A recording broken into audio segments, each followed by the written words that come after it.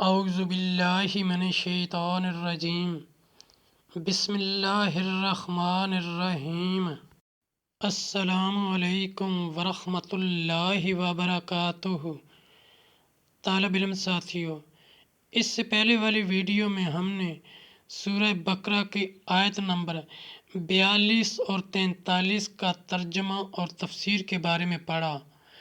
اس video میں ہم سورہ بقرہ کی آیت نمبر 44 اور 45 کا ترجمہ اور تفسیر پڑھیں گے۔ ساتھیوں، فرمان علی شان ہے کہ علم حاصل کرنا ہر مسلمان مرد عورت پر فرض ہے۔ آیت نمبر 44، أَتَأْمُرُونَ النَّاسَ بِالْبِرِّ وَتَنْسَوْنَ أَنفُسَكُمْ وَأَنْتُمْ تَتْلُونَ الْكِتَابَ أَفَلَا تَعْقِلُونَ۔ آیت نمبر 44 کا ترجمہ، کیا لوگوں کو بھلائی کا حکم دیتے ہو اور اپنی جانوں کو بھولتے ہو، حالانکہ تم کتاب پڑھتے ہو، تو کیا تمہیں عقل نہیں؟ آیت نمبر 45، وَاسْتَعِینُوا بِالصَّبْرِ وَالصَّلَاةِ وَإِنَّهَا لَكَبِیرَةٌ إِلَّا عَلَى الْخَاشِعِینَ۔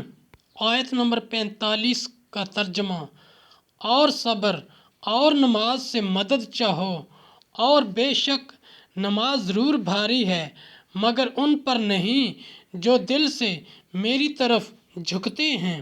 تفسیر، یعنی اپنی حاجتوں میں صبر اور نماز سے مدد چاہو۔ سبحان اللہ، کیا پاکیزہ تعلیم ہے! صبر مصیبتوں کا اخلاقی مقابلہ ہے۔ انسان عدل و عزم، حق پرستی پر بغیر اس کے قائم نہیں رہ سکتا۔ صبر کی 3 قسمیں ہیں۔ 1 نمبر، شدت و مصیبت پر نفس کو روکنا۔ نمبر 2، اطاعت و عبادت، مشقتوں میں مستقل رہنا۔ نمبر 3، معصیت کی طرف مائل ہونے سے طبیعت کو باز رکھنا۔ بعض مفسرین نے یہاں صبر سے روزہ مراد لیا ہے، وہ بھی صبر کا ایک فرد ہے۔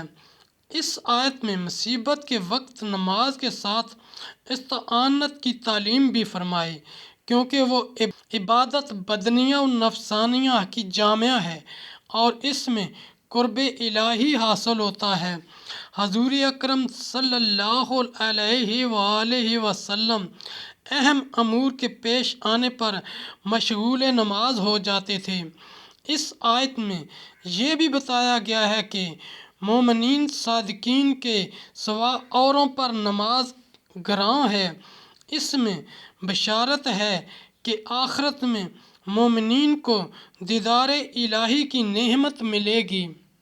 ساتھیوں، ہم نے قرآنی تعلیمات کو دنیا کے کونے کونے میں پہنچانا ہے، اس لیے آپ بھی اپنے دوستوں، اپنی فیملی کو میرا چینل قرآن ود ایڈیپیڈیا سبسکرائب کرنے کی دعوت دیجیے۔